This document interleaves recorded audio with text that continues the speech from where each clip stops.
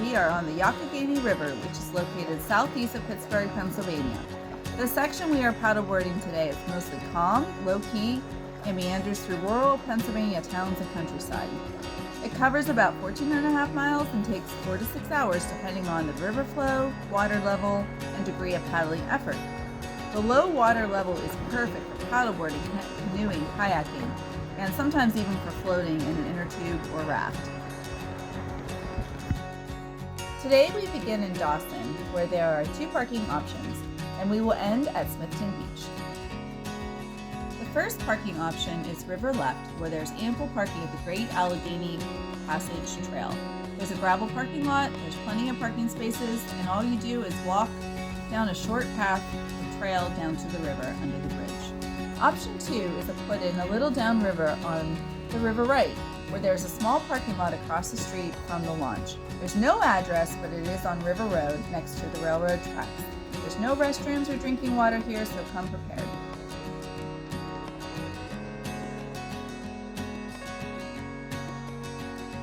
The Youghiogheny is a beautiful river. Along the way, you can expect to see pretty islands, rock formations, rope swings, rocky beaches, and on a hot summer weekend, many groups making an easy float downriver. We recommend checking water levels as this stretch of the Yough can get very shallow during summer.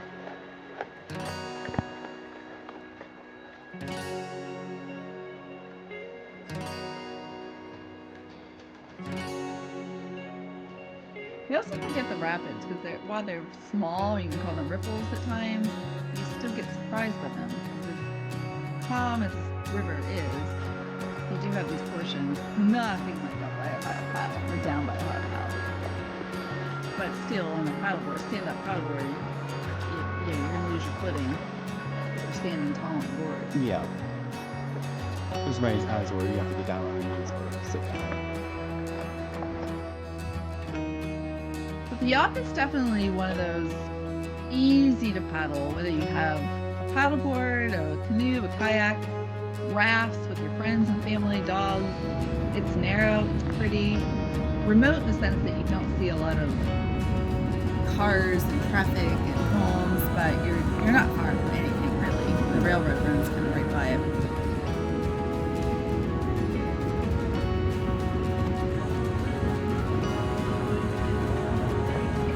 We tend to do a lot of long paddles, which, they're one-way paddles. You leave a car at one spot, leave a car at another spot, and head down river 10, 15, 20 miles.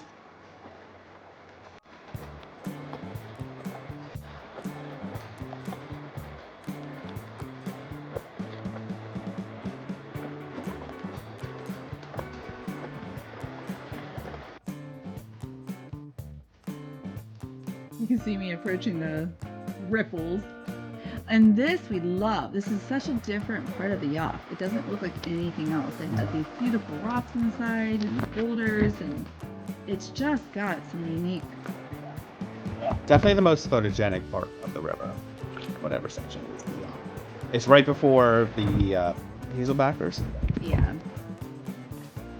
Hazelbackers is a rental place. They rent canoes and kayaks, and they're located near Perryopolis, Pennsylvania, off of Route 51. So they're a great spot if you don't have your own gear.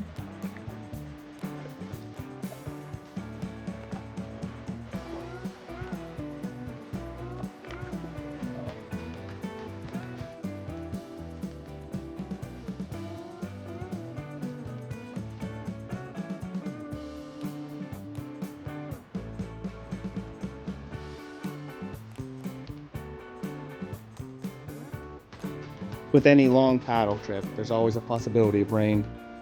Yeah, it definitely has some scary moments on the river. You can plan everything to think that you're safe and prepared, and then a storm kicks up. Or if you don't have internet for a couple of days, because we're on more of a backcountry paddleboarding trip, it can creep up on you in a storm, and you're stuck on the side of the river trying to find shelter, because there is no shelter.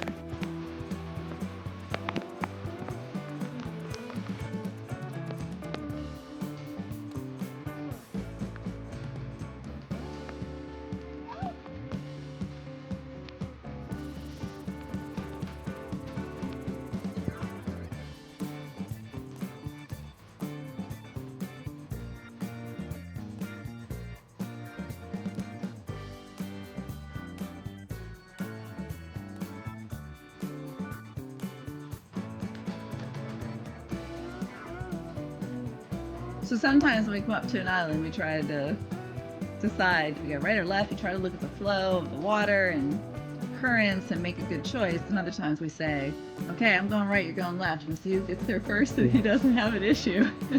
And sometimes one of us bottoms out. But the other person's always there to say, Yeah? sometimes. Or to rub it in. I went Yeah. the right way, you went the wrong way. Left was boring. Yeah.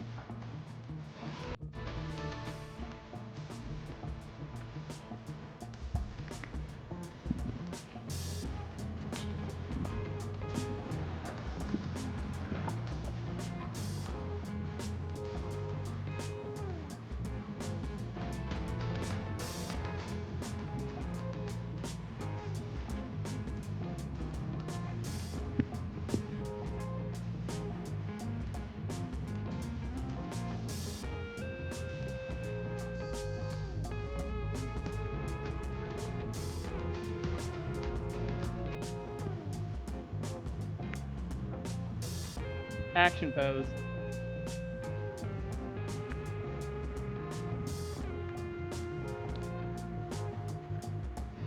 Our trip is nearing the end. We'll watch for the bridge, that's Route 981, that runs over the water, and stay river left to exit at Smithton Beach.